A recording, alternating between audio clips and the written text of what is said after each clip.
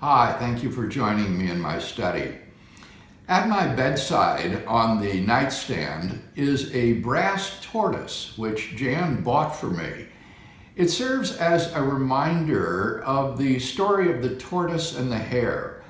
You'll remember in this story, the hare races out in front of the tortoise to try to win the race, but soon grows tired and falls asleep, while the tortoise just keeps steadily plodding along step by step until the hare wakes up and finds that the tortoise is crossing the finish line ahead of him.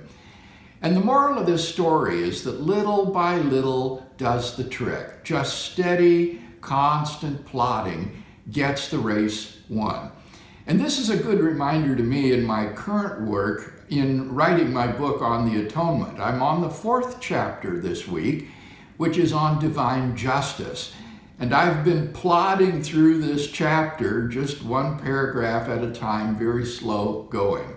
I think that the overwhelming impression that I have as a result of writing this chapter is how empty the so-called new perspective on Paul is with regard to divine righteousness or justice. This new perspective construes the righteousness of God to be God's faithfulness to his covenant. And this radically affects your doctrine of the atonement, because now justification is no longer about canceling people's guilt and helping them to be justified before God's normative righteousness or justice.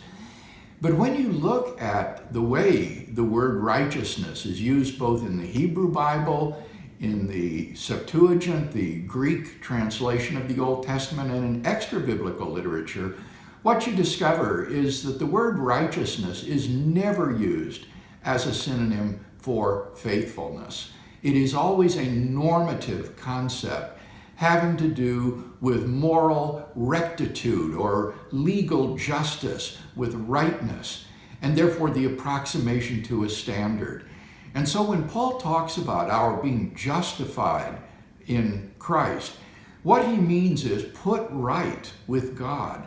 Our sin is expiated, our guilt is removed, and we are put into a right legal standing with God. It is a forensic term indicating God's pardon of us before the bar of his justice.